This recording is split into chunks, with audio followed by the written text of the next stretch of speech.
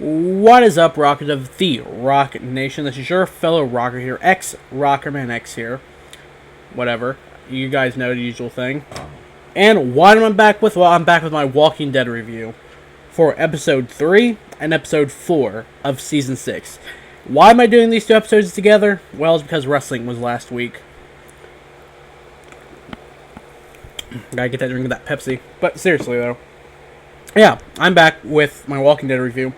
Hopefully, again, I don't even know I'm doing 3 and 4 because wrestling was last week, and generally if there's wrestling, there will be a review missed, but I will come back and do both episodes eventually, so I might as well do them together. But yeah, I'm here for Walking Dead review, episode 3 and 4 of Season 6. And first, let me start off with episode 3, titled Thank You. Ultimately, again, we kind of got, I like what they're doing with this season of The Walking Dead so far. It's like they're... I have to think how to word this. It's like they're overlapping the episodes into... I mean, obviously, it's one big giant story arc anyway. But just the way they're doing it, like, we went from the first episode being the way it was, and getting the flashbacks, stuff like that, and getting the lead up to where they are now, why this plan happened, stuff like that. Episode 2... brings you to the hero, not the main heroes, but while the main heroes away, we got the side heroes doing their thing. And then this episode takes us back to the main heroes and their arc and what they're dealing with. And just the way the episodes has been overlapping. Like, the first 3 episodes overlapped really well because the first one, like, you had what they were doing, and boom, you got the Alexandria attack right in the middle, or right near the end of the episode when the horn started honking. So we know that obviously, this was taking place during the attack, or at least near the end of the attack, or no, what, in the middle of the attack. They were doing this during the attack. Then in episode 2, we got the attack and stuff like that. And we did get what was going on, why the main hero from the side heroes, why the main heroes are away doing stuff. And episode 3 comes back to the after attack. Well, I want to say it comes back to the it comes back to the after attack of what was happening with the main heroes. And I just like how they're, like, branching these stories together, like, the way they did. They're giving in separate events, but just the way they made it overlap really does make a lot of sense. And I like it. It's different what they have done, at least a little bit, but I like it. But to be fair, based on the opening scene of this, I feel like the people of Alexandria may turn on Rick and or Rick's group, like the Alexandrian people. I don't know if that's going to happen. Probably not. Because they are smart. They know what I'm talking about. And with Deanna still in charge, I know Deanna kind of knows what she's doing. She knows that, hey, we need to listen to Rick. You know, there's stuff like that. And I'm on Rick's side no matter what. I don't care. Or at least that group's side. Like, I know, like, they know what they're doing. They've been out there. They live out there. I'll get more on that later. And to be fair, Rick's not lying. Not everyone will make it back, no matter what. And I can honestly agree, and you can tell, obviously, that a lot of the people of Alexandria are way too soft or way too incompetent for their own good. I mean, I understand somebody's been there since the beginning of the apocalypse. They haven't had to live out there. They've been behind the walls most of the time. Actually, probably most, or if not the whole time. But it's like, they're too soft for their own good. So obviously, no offense to Alexandria, but a lot of the people are going to die. Maybe not all of them, but a lot of them will. I mean, we saw what happened in that episode. I mean, to be fair, I mean, really, and I'll get more on this later, but I mean, we had, I think, the guy David die. We had one of the other guys die. We had the woman on the escape getting out, and I'll get more on this later. But yeah, it's just the way the episode's done. I really like. Also, a thing I like to point out, though, too, and moving on to my next note, though. Rick, I'm going to assume he cut himself, or did he get bit? Like that scene when he was running down the road and the 3 walkers. Did he get bit, or did he cut himself? Well, I'm assuming he just cut himself. But you can look, it's like, shit, and just like, I don't know. That's what it seemed like. I don't think he was bit. Looked like he just cut himself with a machete or whatever, but speaking of Rick, though, too, I don't know. It's kind of weird, though, too. Like, at the end where the wolves attack Rick, I just want to know this. Like, I understand the wolves seeing him because he's in an RV, shit like that. But with the wolves, and honestly, we don't see them until the next. Yeah, we don't really see them the next two episodes, except for those couple times, or this episode and tonight's episode. Where is this leading to with the wolves? Like, we saw the attack, episode 2. We saw a lot of them get killed. We saw others leave because Morgan. And we saw Rick kill 4 of them or so. Because where he killed the 2 physically attacking him. And then we saw him take the AK, I think it was an AK. At least it was an automatic. Taking it, shot it through the side of the RV. Basically killing him. That's probably a bad idea, no offense, shoot through the side of the RV. But I just want to know where this is leading to with the wolves. That's my thought. Like, what's going to happen? Because we saw, like, what part are they actually playing this season other than Alexandria attack, stuff like that? What are they playing?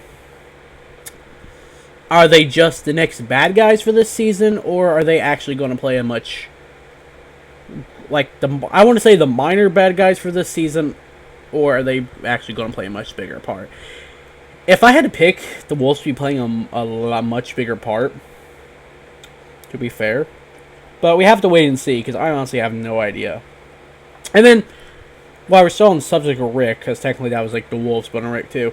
At the end of that, too, after the whole wolf attack, and when they came back, we see him trying to start the RV and panic attack when the Horde kind of caught up to him.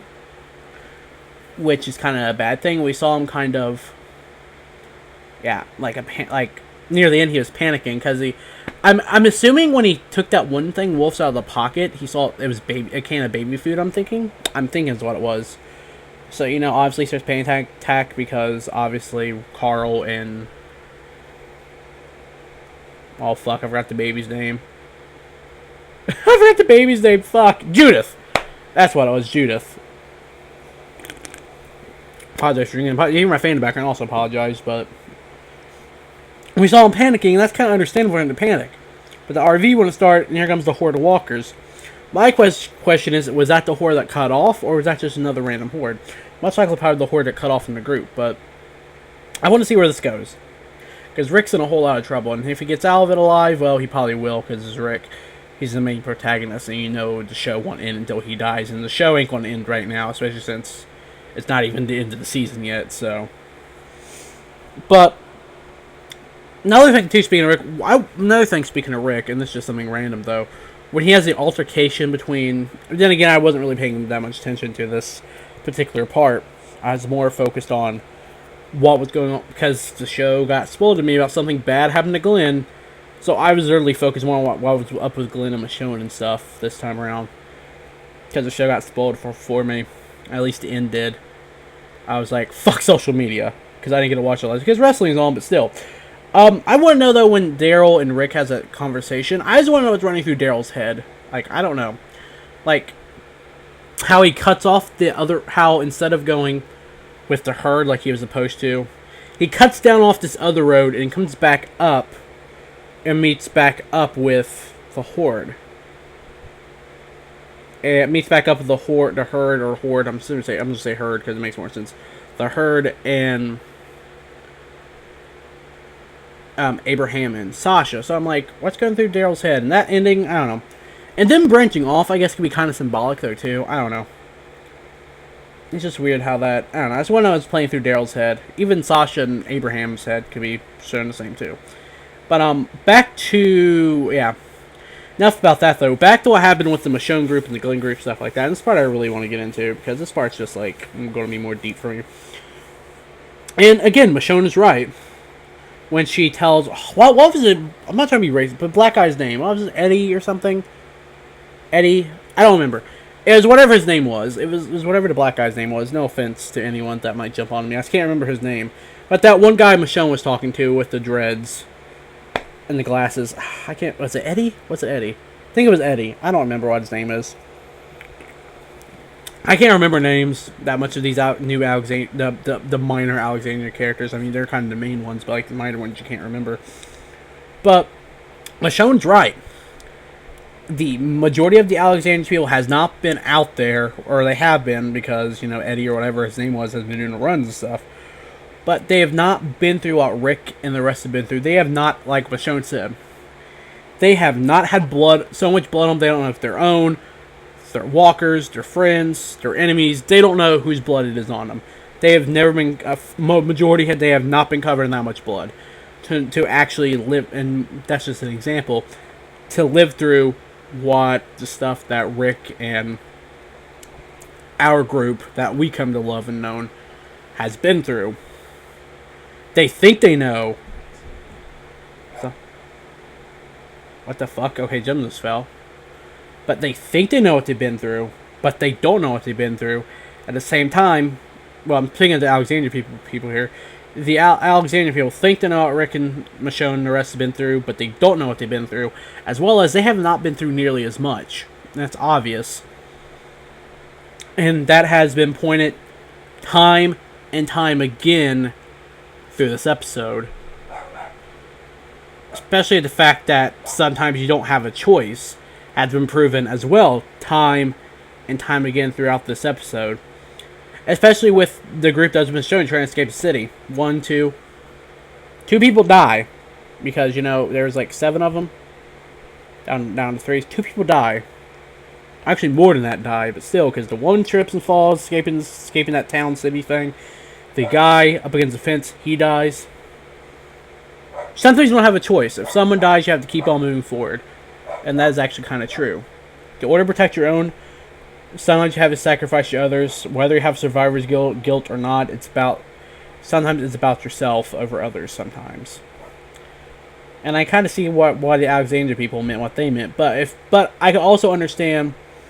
But here's the thing too: if you have the opportunity to save them, you save them. You save people. If you have the opportunity, you save them. But sometimes you don't have a choice, and that is true, as proven again tonight throughout episode 3. And then we come to the part with Glenn. Glenn with Maggie back in Alexandria is literally, and this episode has gotten reckless a little bit. But however, I guess it makes sense because he had this plan, and it's his plan. He should be the one to do it. He should be the one to have sacrifices in it in the event that shit goes wrong because it's his plan.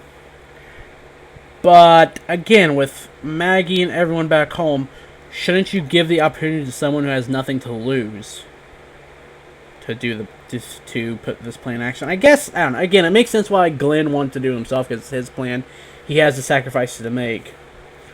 But even when Glenn goes out with Nicholas with his plan and stuff like that. But here's the thing though too.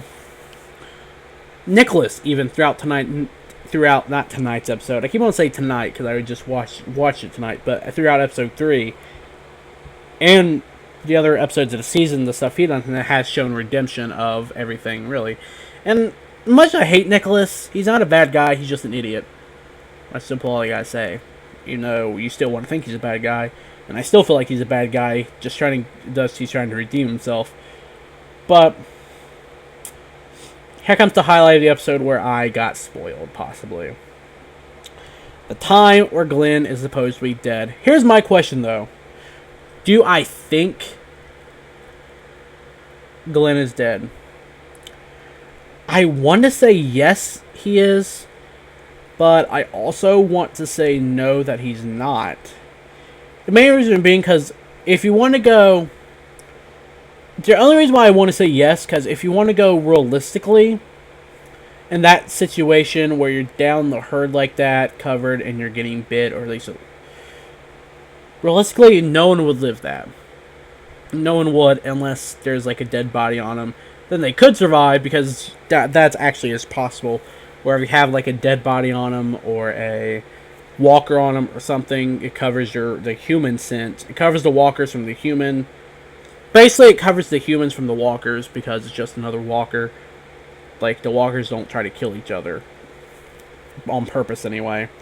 So, it covers the human scent. Basically, is what I'm saying.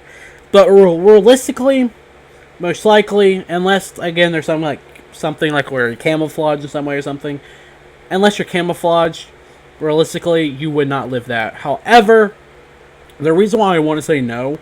Because look at the shit Glenn has been through as well, and what he has survived compared to this. And also, look close enough, because they're playing this in slow motion. They're playing this in slow motion, basically. And if you look close enough, after Nicholas shoots himself, offs himself, well, when getting to that too, where he shoots himself, I want to know what he means by when he says thank you. Whether it means giving Nicholas a chance to prove himself, or what. I don't know what that means. Maybe it'll be revealed later on. But it is kind of like, thank you for giving me a chance to prove myself. Thank you for not killing me, blah, blah, blah, stuff like that. But he offed himself anyway. And then, playing this in slow motion when they both fall, look at the way Glenn and Nicholas fall. And then, in the slow motion, when the walkers are down eating Glenn, or biting and getting Glenn, and he's sitting there screaming, because you don't know if he's actually screaming or not. If you look close enough, they're actually getting Nicholas's body. He's already dead, but they're getting Nicholas's body. That's how you can tell they're not really getting Glenn, to be honest. At least from the way I've seen him, that's what it looked like. It was Nicholas's body, from how I looked. Again, because if you look close enough, the way they fall, it makes complete sense that walkers would grab Nicholas's body and get him instead of Glenn, and Glenn is what I want to say sort of camouflaged, but he's not fully camouflaged, if it gets my drift. So, that's really what I want to say. In episode 3, if I had to give it a rating for the fast pace and the bloodbath, you want to say, stuff like that, I want to say about, definitely not, I don't want to say 10 out of 10. If I had to give it a 10 out of 10 rating, I would. But I want to say probably a 8 or 9 out of 10. I mean, again, this episode wasn't like the perfect episode, God bless him, but it was, because this episode again got spoiled for me for the most part. Thank you, social media. So again, it's one of those things. If I saw it like without any spoilers, I'd probably say it'd be 10 out of 10, probably one of the best episodes ever. But I don't know. I say 8 or 9 out of 10, to be honest. But I did really like this episode. Don't take that for granted. I did really like this episode. Yeah. But now moving on to episode 4, titled Here's Not Here. And this episode, it's so weird to me to say that this episode is probably one of my favorites out of this season. Then again, each episode that comes by is always one of my new favorites. But I think it was like episode 2, I think, was probably my own favorite just because of the action. But this one, for like one of the more laid back, chilled the more laid back, chilled episodes, one of my favorites out of the series, because you got the opening thing with Morgan, and you see him in the now, like how he's talking, and you basically get to see the and how it has the now and then thing. You basically get to see the comparison between the Saint, I want to say Saint because not really sane, but between the sane Morgan, how he is now, compared to how he was when he was batshit crazy, after he lost his wife and his kids, stuff like that. And it's a really good comparison to see. Like, because most of the time, because Morgan, he was sane, we see him leave, he comes back, he's batshit crazy, he leaves the series, comes back, and he's like somewhat sane, and he's this completely new, enlightened person. And it's just nice, and just like, it's one of those things, kind of weird how you see the comparison between the batshit crazy and how he is now. Because you never, I mean, you see the comparison, you see the I don't want to say comparison. I want to say the contrast between the two, but also you don't get to see them directly with each other, if you know what I'm saying. And here's what I really like, though, about this episode. And I don't care if people say tonight's episode is slow or nothing for a 90-minute episode. The main reason why I like this episode is because it's one of those things you rarely get to see. Like, Morgan, people kept wondering, how did he turn into the way he is now? We never got to see his backstory. Well, we finally get his backstory of how he ended up how he was. And basically, warning for anyone who hadn't seen these, while he was still crazy, batshit crazy, he was doing clearing, stuff like that, you know. And seeing him live how he did again with the clearing and how he was out in the middle of nowhere. And he just killed whoever. Whether it was walkers or humans, he killed whoever. He didn't give a shit. However, during this time, he saw this go and he ran into his mentor. I want to say his mentor loosely because he kind of was his mentor, Eastman. And what I really like is, I don't want to say how I really like, but I find it kind of funny how Eastman kept Morgan at. He basically kept Morgan, like, after he was like, I'm sorry, stuff like that. Like, we saw Morgan at the end of episode 2, how he's like, I'm sorry to the shit. To the wolf, and he's like, I'm sorry. To the wolf before he hits him. Whether he kills him or not, I'm not getting into that right now. Eastman does the exact same thing to Morgan. He's like, I'm sorry, hits him, knocks him out. And I really like that. Like, you can obviously see that it's like that. But then he was keeping Morgan like a prisoner, because Morgan, we come to find out, actually wasn't a prisoner. Because Eastman had the doors unlocked to that prison cell the whole time.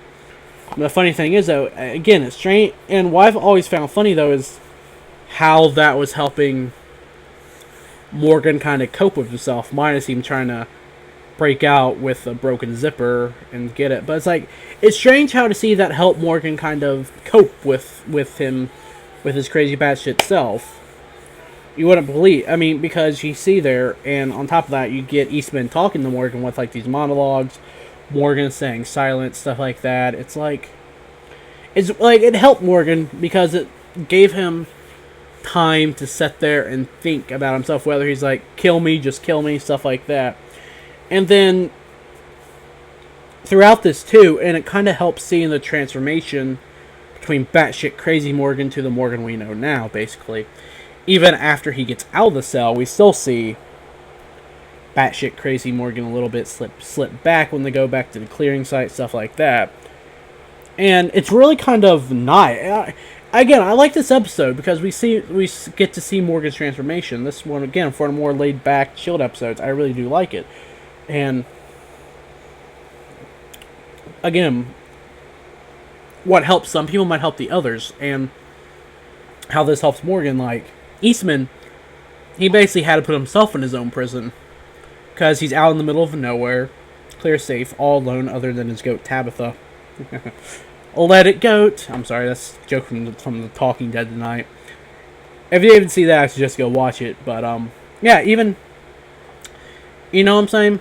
And his mentor, aka Eastman, had his own issues. You know, that prisoner killed his wife, his son, his daughter. You know, and then he ended up killing, and we figure out that he ended up kidnapping the one prisoner and letting him slowly starve to death. It took over a month, about a month and a half to, well, not a month and a half. And I'll just say about a month and about a month and a half to let him die, and you know, and we found out he had his own issues, and Morgan finding this guy was a blessing in disguise. Really, if you think was a blessing in disguise. If you think about was a blessing. Sorry for repeating myself, but was a blessing in disguise. If you think about it, I can't talk tonight, so I'm sorry for repeating myself. But yeah, it really was, because if you think about it, if Morgan didn't find this mentor, or by other words known as Eastman, the cheesemaker. That's funny. Where'd you learn find that? The cheesemaker. I'm sorry, I find that funny. And it's kind of funny knowing that they shot that out of sequence, so even he was confused by that line, but I'm sorry. But my point of it is, though, it's just like, I don't know. The reason why I say it's funny is it was a blessing in disguise, because where would Morgan have been if he continued down this crazy batshit path of killing anybody and anything, no matter who or what it was? I mean, because he killed, I'm assuming, a father and son that ran into Morgan at the wrong time, you know? And then the walker came back to haunt him, you know, he couldn't do anything, he felt like it was time to die, but it's like, again, this episode, again, I really did enjoy it. That's all I gotta say, and to see Morgan's transformation really made it something worth watching. Even how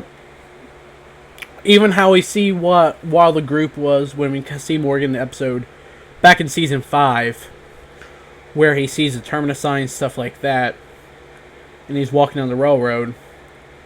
Like the end of the episode where he leaves and he goes out, stuff like that, you know? And it's like, oh, well, that's what we know is happening to him, what he was doing by the time the group was on the way to Terminus, and we got a little before that. So it's like it's overlapping. Like we get to see his story and what happened to him. And I really do enjoy that. It's a good episode, I will say. Especially since probably we need a break in between like the fast-paced action. Because look at episode 3. I'm going to assume episode 5 is going to be even worse. That's probably why they gave us this side episode. But the slow episode. But I liked it. It didn't even seem slow at all to me like most people said it was. But then at the end of the episode, and this is what I find stupid. Well, not stupid. But we got the wraparound at the end. How it goes from the beginning, him in the present, Morgan to the present, to Morgan in the past, back to Morgan in the future. Or in the present. Turns out he didn't actually kill the wolf like people thought he did at the end of episode 2. However, he ended up telling him his story of what happened. And the wolf kept saying... And just with this... Like, we never really seen the wolves much... Other than, the end of Season 5, which didn't really give us a glimpse of their mentality. Well, they were just crazy people out to kill. But then look at Episode 2. We got a little glimpse like, hey, we got that one saying, hey, Pete, you shouldn't be here. Kind of have that. And then this episode, we got a lot more than what we thought we did from the wolves. Because when he didn't kill the one, he was like... He basically saying that I chose this life. It's not like I didn't choose this life, I chose this life. Just like Morgan chose his, basically. That's why I said it, because the reason why I say Morgan chose his was because he chose the effect to this Aikido this Aikido expert, basically, might as well say. And he chose not to kill stuff like that, all life is precious, stuff like that. He chose that life, just like the wolves just like the wolves chose their lives. If you see. Now, people like Rick and other people, they didn't have a choice. They fell where they had to fall. Simple as that. And it's kind of funny how you see that. Now, before I say anything, was it smart to not kill the wolf? I want to say this right now, and it's definitely going to have, and just in my gut feeling, it's definitely going to have consequences that he didn't kill him when he had the chance. Why? Because he's locked up. If the wolf doesn't die, he's going to get out some way, probably. Or if he dies, somebody's going to find his dead, zombified body, and shit's going to happen. But was it smart to not kill the wolf? It's not the words of Stone Cold, but here's what I'm going to say. Hell no! Not hell yeah! But hell no, that was not smart. I'm sorry. Why would you not kill him? I mean, I understand if the wolf survives and he defects some way. But no, I'm sorry. He chose this life and he's not going to be sorry if he survives and ends up killing people again. No. It was not smart to leave the wolf alive. I'm just saying. However, and then at the end though, we got to say like, oh shit, and something else was going on. So... this episode, I give it 10 out of 10 rating. Just because, really, it wasn't really the most action-packed, but I give it 10 out of 10. Mainly because, if you look at it, we get the... And it's so weird, too, that in the middle of this apocalypse, we got this beautiful scenery, like the log cabin, the lake, stuff like... We got this, like, beautiful scenery. It's so weird. That's one reason why, too, I give it 10, because just the backdrop, the scenery, and just the story of Morgan, how he became what he is today. And Eastman, you know, they went several ways. Eastman got bit, you know, he did. But it's like, I really enjoyed this episode. So this actually was a pretty good episode. I give it a 10 out of 10 rating. I don't care what people say. People can bash me all they want. It's a damn good episode. I give it a 10 out of 10. I'm not going to lie. Maybe it's because I'm biased again, but I really do enjoy this episode. However, that's really all I got to say. Everything you guys need to know is down in the description. And until next time, guys, live free and rock.